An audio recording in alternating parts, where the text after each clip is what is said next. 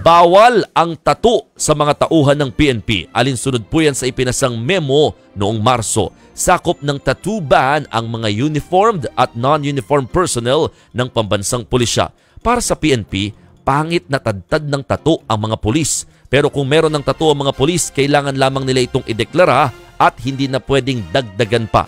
Kailangan namang burahin ng mga pulis ang tattoo nila kapag ito po ay kita o nakalabas sa kanilang uniforme. Halimbawa ay kapag nasa braso. Mahigpit na ipinagbabawal naman ng mga tattoo na may kaugnayan sa extremism o pagkapanatiko, sexist o racist at iba pang hindi dissenting tignan.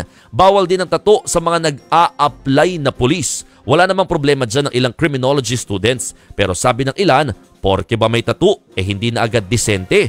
Hindi naman daw yan ang basehan ng pagkatao.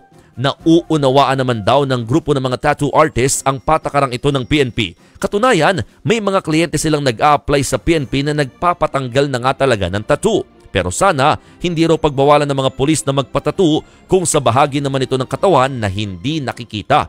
Paliwanag ng PNP, hindi diskriminasyon ang tattoo ban. Pero bukas daw ang pinto sa mga gusto mag-resign dahil ayaw sumunod. Exempted naman sa kautusan ng mga itinuturing na aesthetic tattoo gaya ng nasa labi o kilay.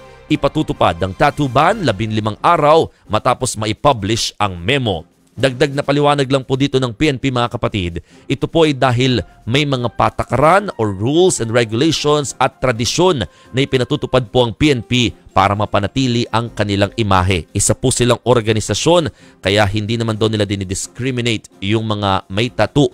It just so happen, sa mga sasali sa naturang organisasyon, dapat sumunod sa mga alituntunin.